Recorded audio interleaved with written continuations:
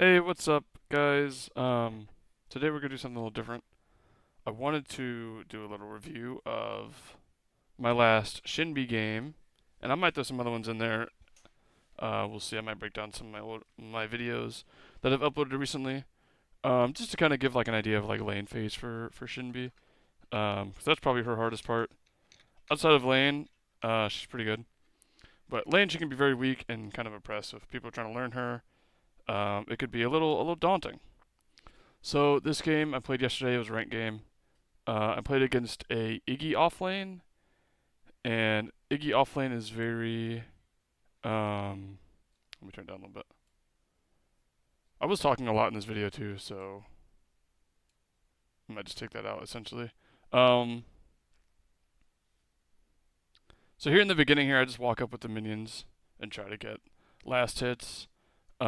He's trying to poke me with his autos, which is good for me because it pushes the wave towards my tower. See here, he's autoing me, and my minions go on him. My minions don't do much damage to him because there's only two of them, but it brings the wave closer to my tower, so I don't get punished for Eing more than or for Qing more than one minion right there. So even though I'm kind of damaging the whole wave with a Q, because he continues to auto me, I don't really get punished for it. So that's essentially what happens in this early game phase. He's just saving his turrets, which I think is a strategy that can work. I think if you're gonna do that, he just shouldn't auto me. So that might be his mistake. It would be my guess. I don't play much Icky offlane, so I'm not quite sure. It's also probably not the best into Shinbi. Um, it's hard to bully Shinbi as any character really, unless it's like a really bad matchup like Surith or something. But anyway, so we can kill turrets pretty easily as Shinbi. One Q and one auto is a turret kill, and I think like two ticks of E is a turret. So if he puts turrets in places that are manageable for me, I will grab them when I can. Here we just try to thin it out a little bit. We don't want this full wave to crash under my tower. Um, and see, look at my health. Like even though he's kind of like trying to poke me and hit the wave, he's not really doing much damage to me. Like my wave is gone, but that's okay because only Iggy has this much push at this point in the game. So this is totally fine. Here I'll take a little bit more damage because there's no minions to hide behind, but we still get the candy minion. We still farm what I think pretty well. I probably drop a couple CS, but like your Shinbi early, you're supposed to drop CS early. So, so right here, I just think about like, okay, I'm trying to see what he does. He throws his Molotov, which is like really good for me, because he's running low on mana. He's not gonna have as much push, so I get to kind of play patiently as well, because he wasted his Molotov. So we just sit back and Q farm here. Right now, all I'm doing is trying to keep an eye on green buff. I don't want him to get the green buff for free. I want to set up my own kind of window for green buff, and that's really good. We get the wave kind of stuck in front of my tower for a minute, which is really good. Gives me, well, hopefully, better potential asset. I missed those two, unfortunately. Um, but yeah, just more of the same. This game was really boring. That's why I wanted to upload like the first half. This game was super boring. It definitely felt like a competitive game. Like I said, it was a ranked game. Everybody wanted to win. Um, Unfortunately, my team uh, was kind of behind on the decision making aspect of this game.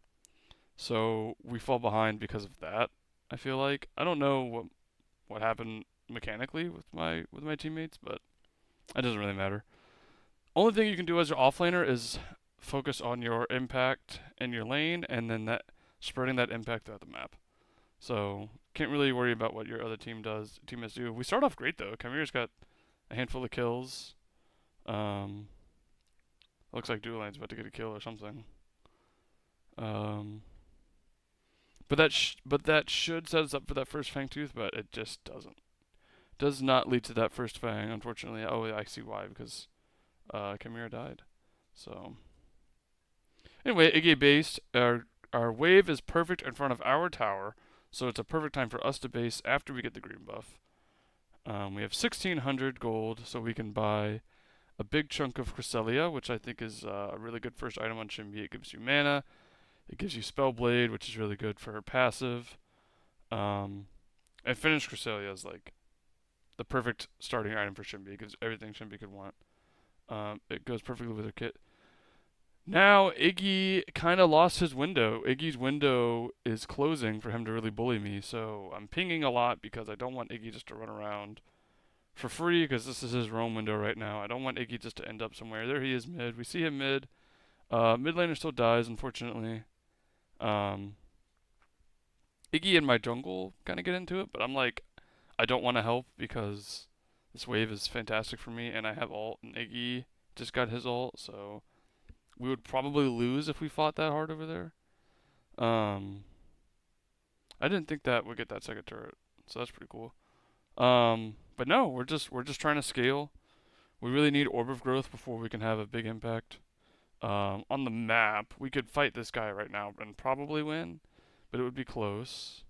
As you can see, I'm always trying to queue the wave, him, and his turrets. If I can queue all three targets, it's really good for me. Um, and I'm like, I really want to get those turrets down, but I'm like, I just can't. And I think this is a mistake on my part right here. I think I sacrificed a little too much health for that kind of trade. He is really low on mana though. But that's how you. This is how people lose into Iggy. People will like walk at him and he just walks away and throws whatever junk at the ground, and you lose. And that's what you don't want to do. You want to play around minions. You want to play around your clear. I get a little impatient here. I think that's why I started playing like that. But see, like he's, excuse me, he put down what 3 turrets there and a Molotov, and the wave was gone. Like I can't compete with that at this point. I shouldn't even be trying. Like I think this is okay, but I should not be eating his damage for essentially nothing. So we're gonna pick on the mid laner here. Fangtooth is still up, so I'm like begging my team to do the Fangtooth. Um, little mini all in on him here. I should have left. I left early because I missed the wolf.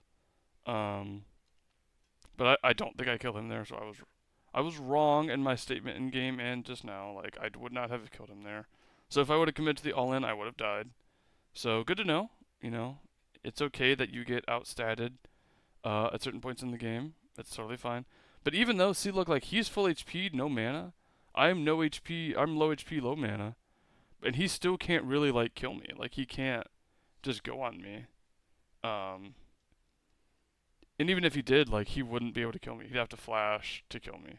So that's why I can kind of stay there like that, and he can't really do anything. Now he could do something crazy. You know, the jungler could be literally right outside my fog wall, and I die for it. But because I'm able to play and farm like this, I don't really fall behind, and he doesn't really get to contribute to his team winning, which is great. This is kind of what the game is about, guys. Like when you queue up for a MOBA, when you queue up for a ranked game, you gotta think about it like a pizza pie, right?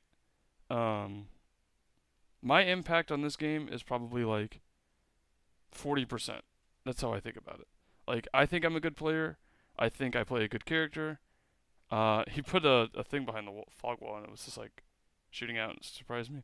Like I play a kill character. I play a damage character. Like I can split push. I can kill anybody except like raw tanks. Like I feel like the way I play and the character I play, I have an impact of about 40% for my team.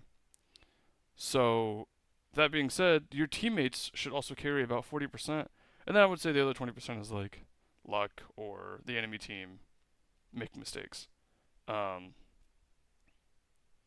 but that's the best we can do, and that's what I try to do. So even though we do end up losing this game, even though like this lane phase is super boring and not fun, really, I'm still doing my part. Like you still have to recognize that like this is you're still doing your part. If this happens to you mid, if this happens to you duo or off lane, like not dying, farming well is still part of the game. Like just because you're like right now, my stat line is completely blank. I have the same amount of farm as my as my lane opponent, but I'm trying to have impact. And then this is where so I'm meant to gank mid here. And mid just well, we'll see. He just goes invisible and flashes away. That's fine. I get shot a little bit on the back. That's fine. That's to be expected. Iggy comes. I try to do a little engage on him, but it doesn't really work out. Um, Nothing really happens. This scares the crap out of me. Chimera jumping down there scared me so bad. But they get Wraith, and then me and Iggy just kind of go back to lane. Um, so from this point of the game, everything goes downhill. Our Chimera I think that was his last kill maybe of the game. He might get one or two more. But from right at that point, the game goes completely downhill. We lose every objective from here, and the game just kind of ends. And I get some kills here and there. We do have another team fight that I'm not going to show, but it takes us like a really, really long time to kill our jungler. And our whole team chases, and I was like, we should just do the Fangtooth. And they don't do the Fangtooth, and we lose. And we end up going behind 3 or 4. I think we're actually, by the time the game ends, it's 4 Fangtooths to 0. Oh, yeah, Steel games me here, but he doesn't have ult, so he can't do anything. But this is it. I mean, this is essentially lane phase. I think on this back, I don't have Orb Griff yet, but on next back I do. And the lane phase is essentially nullified because of how we played it against Iggy. Alright, so this is a look at the Seraph matchup of Shinbi. I personally think Seraph is a really bad matchup for Shinbi. But it's a skill matchup still. Every matchup in this game is a skill matchup essentially. This is how I try to think about it at least. But this early game is really important. So in that very early, let's rewind that actually. In that early game, oop, that's too far. This right here. What? Dang it! Hang on. So this early game here, let's watch my passive, watch my Q. I'm just trying to wait to see what they do. A lot of times, players will try to hide their intentions if they want to hit the wave or they want to hit you. We dodge their wing flap and we hit our passive Q on them. That is the absolute best start you can hope to have on Shinbi early. Again, we got a passive. I don't know if we hit that Q or not, but we got the passive, which is honestly more important, I feel like, in the early game to get that on. And here we just sidestep the right click. And at that, honestly, I did that 3 times in a row. I was like, this lane is over. This person can't compete with me. That's truly how I felt. It might be a little bit of ego, but I think it kind of shows itself through the video. So a couple of things to note here. They do have a Kalari jungle, and I'm into a bad matchup. So I play super aggro early, and I really shouldn't. Shimi's bad early, as we talked about in the last video. And I really should not play as early as aggro as I do this early. So I make some definite mistakes in this video for sure. And I think this one I already uploaded to YouTube, so I'm sure people saw that when they watched it on YouTube. But I still think this is a really good lane phase, and it really does. Like the tempo is set really early in off lane especially, but I feel like on lanes the matchup is normally decided by like the 3rd or 4th wave. So we're on the 3rd wave here, or the 4th wave. We're both level 3. I'm kind of throwing. I kind of throw on this trade. This is my first bad trade, and then I think my mistake is just walking back up. I kind of knew after I turned around. I kind of knew Kalar was coming, but I walked back in anyway because I was tilted. But don't get tilted. Stay patient. Remain patient. And you will win more games the more patient you play. So I just edited out my death, and then I'm back here farming under tower. So because I was able to push early and be a little aggressive early, my wave was in a really good state for me to come back. So I really don't lose much of anything on that death. My wave is really good when I come back. I'm just able to last hit here, slowly push it to my opponent. I don't know where Seraph went. She probably based, just pinging it just in case. So she comes back from base. And you see, she can't really walk up. She can't really contest this farm. There's really not much she can do. She puts a ward in our 3 camp. That's fine. I try to get some damage here, but miss, unfortunately. But no, we just try to slow push. And we will challenge her when she walks up. Try to dodge. As long as you can dodge that wing flap, there's really not much she can do to you ability-wise. I think my mistake here is getting 1 auto too long, but we really just auto her down here. I stayed and eat an extra wing flap for no reason. I should have just left 1 auto earlier. But I think that's a really good trade. Like, I didn't even hit her with any abilities. I don't even think I hit her with Shinbi passive. I just autoed the crap out of her, and she didn't hit me at all. Dodge the Q there. I think we got hit with the wing flap there. But then she uses her whole kit to just kind of leave, and I get to push this under for free. And because I peeked at the green buff before, I know that the green buff is down, or else I would be going to do it. Even though it says it's up on my map. Her and Kalari did it when they came, or whatever, when he ganked. So this is really frustrating for me as well. Like, I was essentially full HP, she was half HP, and then she just stands in front of my tower, full health, or not full health, but half health or whatever. That was really frustrating to me. I got tilted because of that. And I make another misplay here. So 2 deaths early for me. But I imagine if this is happening without the jungler here. If she's doing this without her jungler here, this opens up so many opportunities for me. I'm kind of trolling by not looking at her, and my flash is embarrassing. Um, yeah, I was pretty mad there. But look at my wave again. She didn't get to back. She doesn't get to push a wave. The green buff just spawned. Like, this is perfect for me. And she can't get this green buff. She's disrespecting me by getting this green buff. And it leads to a kill. She thinks she's stronger than me because Kalari's been here to help, but that's just not the case. If she truly understood her position in this lane, she wouldn't have gone for this green buff. And this, I actually feel like this is the beginning of the end for her. If you've watched my video of this game, you know that this Seraph is completely useless for the rest of the game. I kill her a bunch of times, 1v1. And I truly feel like that was a turning point. If she just would have shoved and based immediately, came back to lane with a full item, she could have ran me down the rest of the game probably. If she saves her Q for my E, um, saves her E for my dash, like there's nothing I can do really. I have no way to apply stacks if she simply doesn't get hit by my abilities and autos me. But she never really figures that out because Kalari is helping her so much. That the lane just kind of ends here. I feel like, or at least that's how it felt when I was playing it. I back and get Cresselia. You can see it's kind of chaotic on the other side of the map. But this is to be expected. Again, they have a powerful early jungler. You are supposed to die and lose early against a powerful early jungler, and they're supposed to fall off. So don't try to FF. Don't try to get frustrated.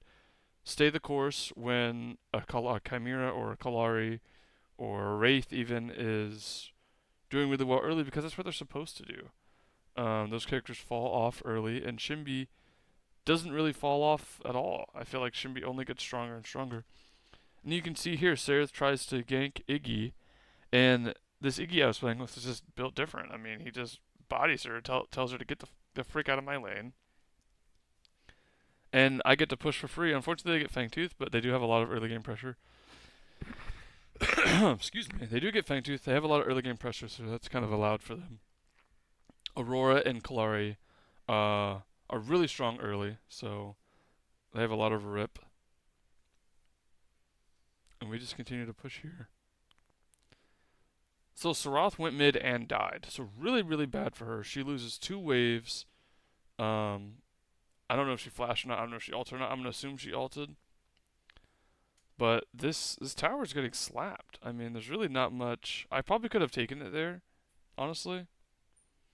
But there's really not much she can do against me now. Now that Kalari has been over here 2 times, Kalari has to come back for Sarath to survive. Like, by ganking her early, he kind of set her up for failure. Unless he can hard carry. So here, I just kind of wait. I'm waiting for her to do anything, and I know I can match her. She used her wing flap. She used her E. I was surprised I didn't go on her there. I honestly thought I was about to all in. I would have all in.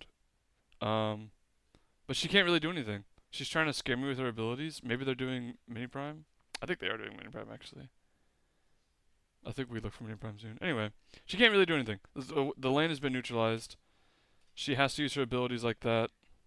I'm just free to walk up and kind of do whatever. Yeah, maybe this is what I was thinking of. I don't know. I want to get that cannon though. I like how I positioned to get that cannon. So she's half health and I'm essentially 75%. We start prime. Unfortunately, Iggy gets caught out. Kalari gets stuck in the blender over here with my jungler. I don't get an assist for this kill, unfortunately. I try calling leave soon, or quicker. Seraph just flashes in and Qs, so there's really nothing I could do. I don't know why she's an E here. Her E must have been on cooldown. Well, we killed her, and Faye, I don't know where Faye went. Faye could have killed me probably, but she doesn't try. Maybe she didn't realize I didn't have flash up. I don't know. But, again, like, what can Seraph over? All because we didn't even play that great early, but we still farmed well, and we still scaled through the game.